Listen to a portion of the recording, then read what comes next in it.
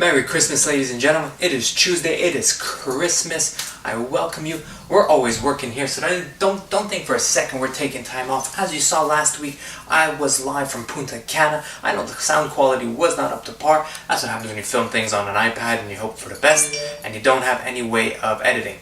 That is my unprofessional ability of turning off the sound in certain things. So there was your tutorial. Anyways, with all of that putting aside, ladies and gentlemen, this is Christmas week.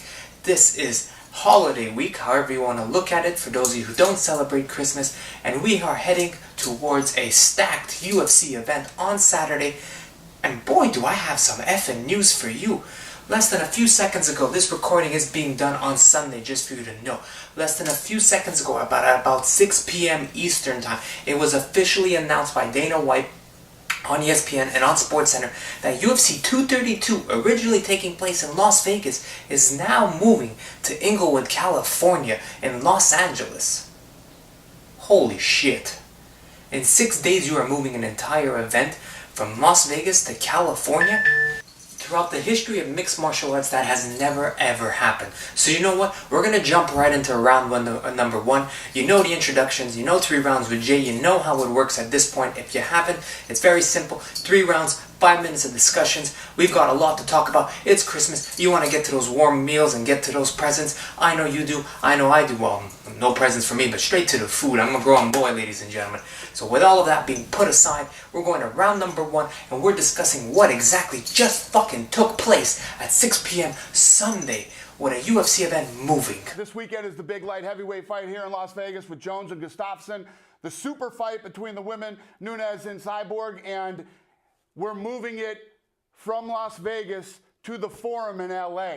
Tickets will go on sale Wednesday, and people who bought tickets here in Las Vegas can get a full refund, and we'll figure out how to get you seated in LA if you're interested in moving to LA to watch the fight. Alright, the clock is running, we're going, we're off to a start. So ladies and gentlemen, UFC 232, originally scheduled to take place at the T-Mobile Arena in Las Vegas, Nevada. It was going to be the big year-end event, which normally does take place in Las Vegas every single year. But for some reason, this time around, officially on Sunday at 6 p.m., like I said, the UFC is moving. The UFC is moving its event to Los Angeles, California, Inglewood, California, to be exact. So within 6 days, you gotta get those tickets fast because they're gonna sell out. So why are they moving? Well, someone's in trouble again, and to nobody's surprise but those who are biased in opinion or don't really want to follow the news or don't want to accept it, Jon Jones has tested positive for something else. He tested positive for the original substance he tested positive for last July, after he defeated Daniel Cormier. According to Nowitzki, he went on to say that the substance that was found is a long-term substance, so it is normal for there to still be traces in his metabolism, in his body. There's reason as to why it's still there. So the Nevada Commission just could not find it on good conscience to allow him to compete, which is a little strange. Why would the Nevada Commission not allow Jon Jones to compete based off something that the Nevada Commission is informing them that this is normal for it to still be in your system, but California is okay with it? I seem to think, and I believe, he may have actually tested positive for something else. And that's the reason why Nevada does not want to give him the license. That's why Nevada does not want to allow him to compete. But with the UFC being the UFC, and the UFC have already sold so many tickets, which at this point doesn't really matter since all those fans are going to get refunded and they will have to purchase new tickets to go to California now. Now that's fucking hard. Picture yourself at home, or myself, we're heading down now for the weekend, for New Year's weekend. We're heading down, we're going to watch the big fights, we're going to Las Vegas, we got our hotels booked, or you're coming from Sweden to watch Alexander Gustafsson compete against Jon Jones in the main event, and now the fight is moving to LA. You've got to scramble and start to change all these plans. Hell, you even got to worry about getting tickets to even get to Inglewood, California. Now you got to book a whole new flight, or you got to book a bus to get to California, and you got to change your hotel reservation. This is a lot going on in a short period of time, and it's unfair to the fans. Look, To me, as someone who's not going to an event, I could care less where this fight took place. I'm just happy I'm getting to see this fight. But for someone who's going to an event, and as someone who's gone to multiple events and had his main event ruined or changed, and I even had one of the main events changed due to the fact that Jon Jones tested positive for a steroid. And he was supposed to be competing against Daniel Cormier the first time out. Yeah, he was supposed to be competing against Daniel Cormier at UFC 200. That was the event, and he tested positive. I've been in this situation where I know what that's like, where something just falls apart on you. So as a fan, this effing sucks. There's nothing effing worse than that. It's Christmas. I'm not gonna swear.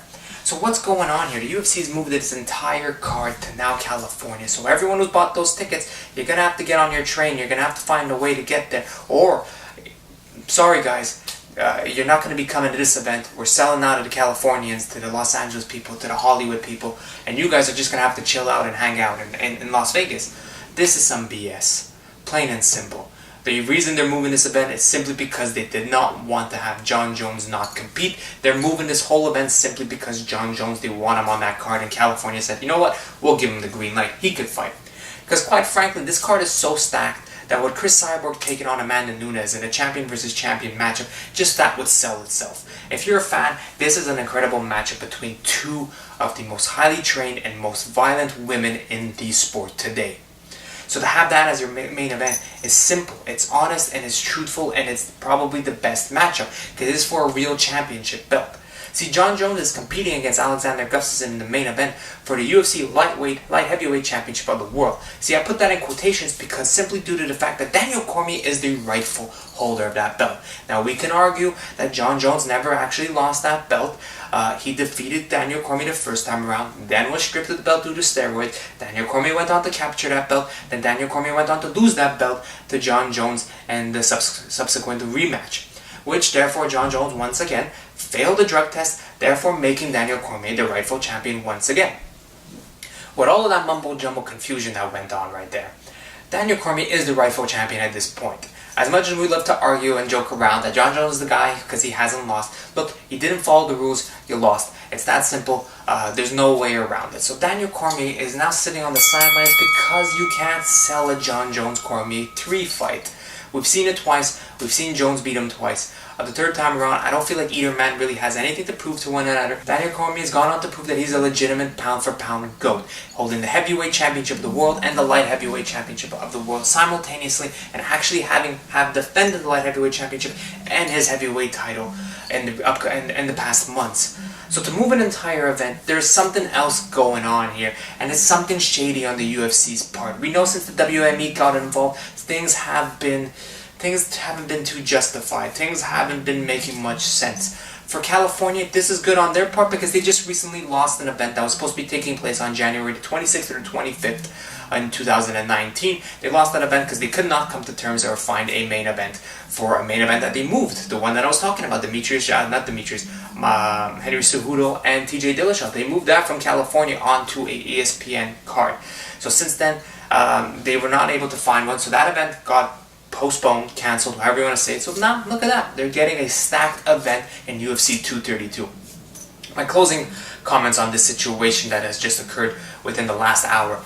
This is BS. There's more to this story that will be coming out in the upcoming weeks and months. We'll find out more as to what's going on. I really do believe that this is some bullshit. With that being said, we're moving on to round number 2, where we're going to break down a lot of these fights. And I mean, I'm going to try and do this as fast as I can because 5 minutes is not enough time to properly break down this incredible night of fights. Let's get to round number 2.